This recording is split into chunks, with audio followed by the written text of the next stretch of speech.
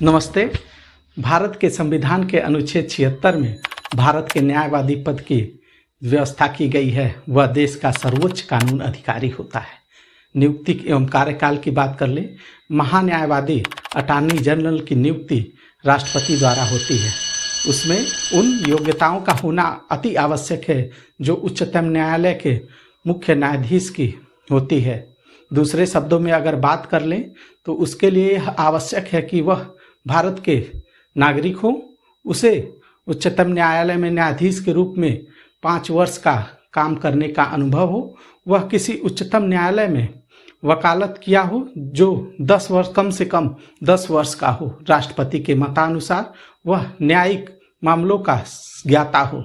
महान्यायवादी के कार्यकाल के संविधान में द्वारा महान्यायवादी के कार्यकाल को संविधान द्वारा निश्चित नहीं किया गया है, किंतु इसके अलावा संविधान में उसे हटाने से लेकर कुछ मूल व्यवस्था की गई है। वह अपने पद पर राष्ट्रपति के प्रसाद प्रयत्न कार्य करता है। इसका तात्पर्य यह है कि वह राष्ट्रपति के द्वारा किसी भी समय हटाया जा सकता है। वह राष्ट्रपति को अभी भी या कभी भी त्यागपत्र देकर पदमुक्त हो सकता है। परंपरा के अनुसार अभी तक देखा गया है कि मंत्रिपरिषद के त्यागपत्र देते ही महान्यायवादी भी त्यागपत्र दे देता है। संविधान में महान्यायवादी का पारिश्रमिक तय नहीं किया गया है, किंतु राष्ट्रपति द्वारा उसे पारिश्रमिक दिया जाता है।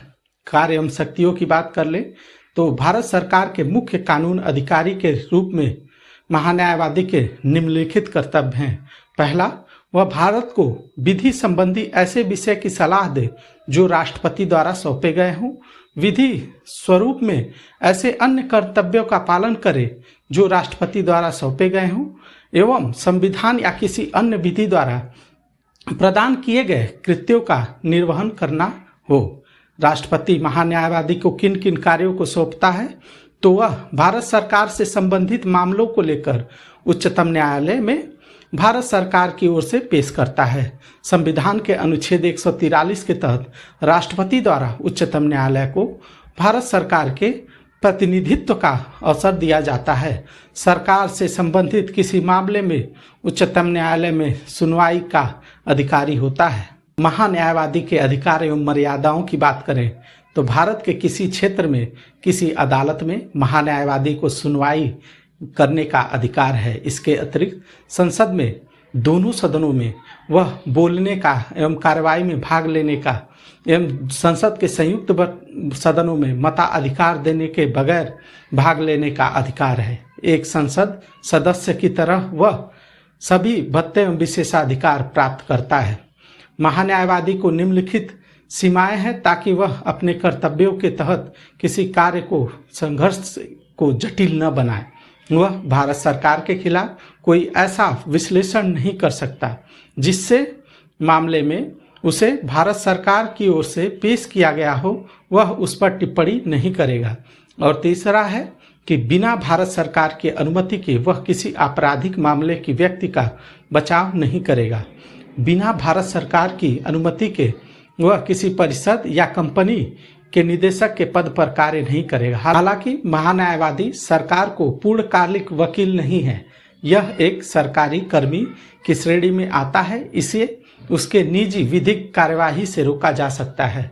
भारत सरकार का महान्यायवादी के बाद भारत का महाधिवक्ता भी होता है।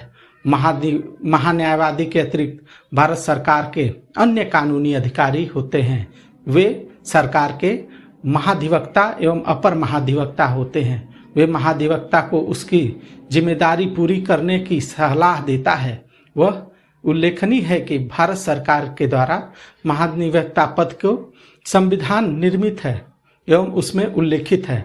महाधिवक्ता पद की संविधान में पूर्ण रूप से उल्लेख किया गया है, परंतु महान्यायवादी का उल्लेख नहीं है। दूसरे शब्दों में अनुच्छेद 76 में महाधिवक्ता एवं अपर महाधिवक्ता का उल्लेख नहीं है। महान्यायवादी केंद्रीय कैबिनेट का सदस्य नहीं होता, वह सरकारी स्तर पर विधिक मामलों को देखने एवं केंद्रीय कैबिनेट की पृथक विधि मंत्री होता है।